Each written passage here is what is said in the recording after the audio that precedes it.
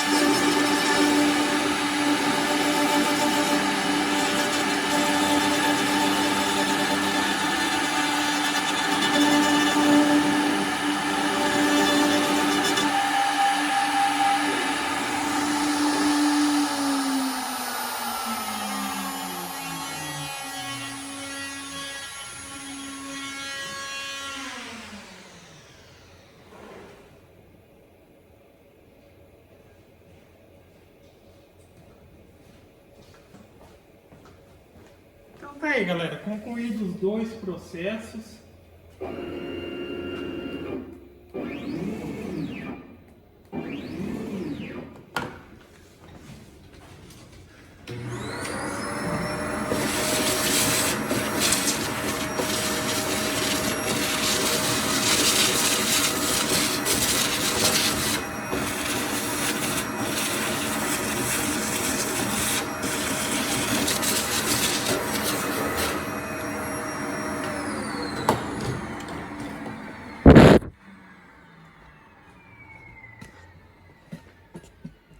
Então eu tenho aqui o resultado, tanto o positivo é o mesmo vetor, é o mesmo processo, só que para fazer dessa maneira aqui positivo, você precisa envolver o vetor dentro de um recipiente, por assim dizer. Nesse caso, eu coloquei como recipiente o próprio contorno do vetor, utilizando o recurso de fronteira.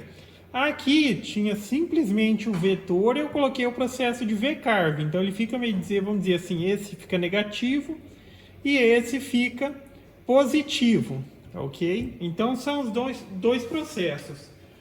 Para quem observou aí a maneira como a máquina trabalhou, esse é um processo que deveria ter sido concluído num tempo bem menor. Porém, ela trabalhou desta maneira, como, vou dizer assim, sabe, parecendo que dava aquelas travadinhas, porque lá no programa eu modifiquei a última peça que eu estava recortando, eu modifiquei para a ponto de parada exato, tá? Que não é uma boa alternativa para quando vai utilizar esse tipo de recurso, é que eu estava recortando outra peça, que, digamos assim, ele visa buscar, digamos, dar uma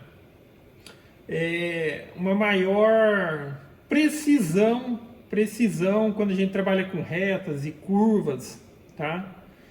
A outra alternativa é a velocidade constante, que seria a melhor alternativa para isso daqui, tá? Mas eu esqueci de modificar de novo para fazer isso daqui, ela trabalhou dessa maneira. O processo aqui, os dois, demorou aqui praticamente 15 minutos e meio, sendo que numa eventual utilização pelo processo de velocidade constante seria bem mais rápido do que isso, tá ok?